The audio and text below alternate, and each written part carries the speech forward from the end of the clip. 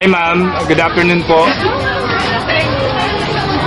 Sino po kasama niyo sa event po na ito? Sino po, anong pangalan po nila? Baby ko, tapos pamangkin ko. Iya, tapos Angel. Ano po yung na-experience niyo po sa event na to? Compare po sa ibang event na nasalihan po ninyo. First time kasi namin umatin. First time siya na-expose sa party. Actually, yun talaga yung goal ko para ma-expose siya sa mga ka-age. Dun po sa event po natin, ano po yung pinakagusto ninyo? Ay, yung pinakagusto ko siguro yung nakikimigil yung mga bata sa mga mascots. Kasi yun talaga yung gusto nila makita. Especially pag yung mga party. Next year po, sasali po ba kayo ulit? Sasali pa rin.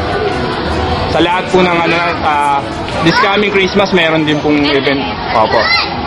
Basta punta lang kami sa branch. Always naman kami nandiyan. Thank you po, ma'am.